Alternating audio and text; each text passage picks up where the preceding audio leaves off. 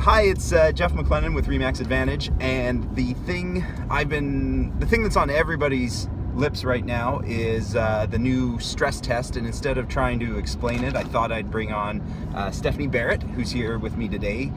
She is an amazing mortgage broker and with Mortgage Architects. Is that right? That's right. Excellent. So let's just get started. So the government's changing the stress test rules. Why is this happening?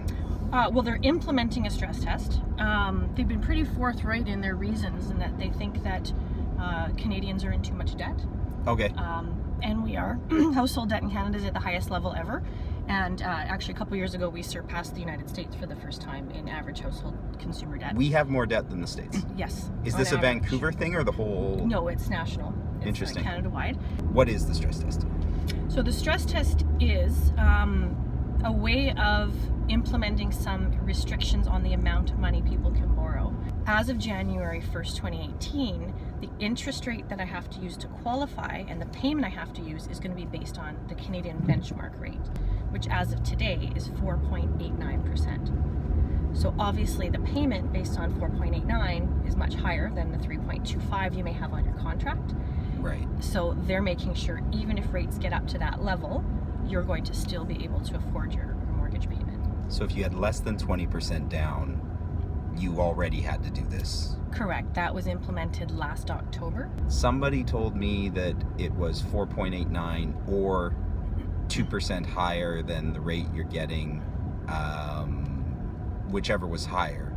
Is that true? That is true. Okay. As of this point, there is still information coming out. Some of the lenders have still not put any communication forward about that. So that is, we're trying to figure out if it's going to be the higher of those two, one or the other. So what does this do to your average consumer?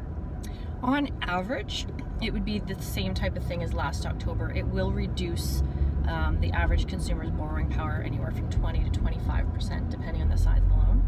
Okay. So if you qualified for $1 million mortgage now, you'll probably be closer to $775 to $800,000 now. It's a very significant impact. Huh. And it starts January?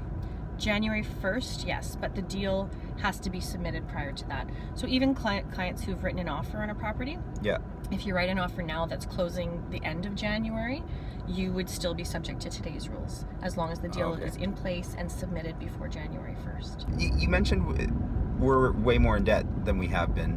What does your average client, do they spend the max that they qualify for?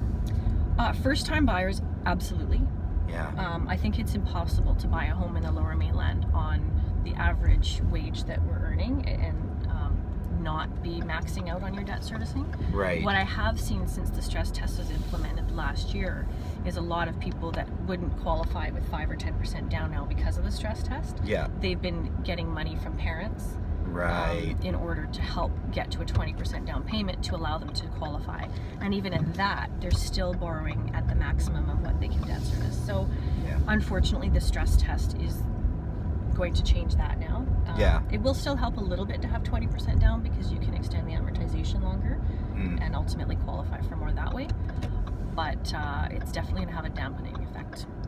I see that a lot too with first-time buyers. Almost every first-time buyer I've worked with in the last year has had help from their family. And it's not uncommon for people in their 40s and 50s to be getting help from their parents to buy. Because a lot of times those parents are retiring, they've sold their house, they've got so much equity. If people have more questions, what's the best way for them to get a hold of you? Absolutely. They can, my website is asksteph.ca. Okay. Go on there, send me an email, call me, happy to chat anytime, and even offer a second opinion on something. If you've gone to your bank and they've told you what your qualification may be, I'm happy to give a second opinion on rate, product, pre-approval amount, any of those kinds of things. Well, thank you for your time. No problem. Hope it helped clarify a few things.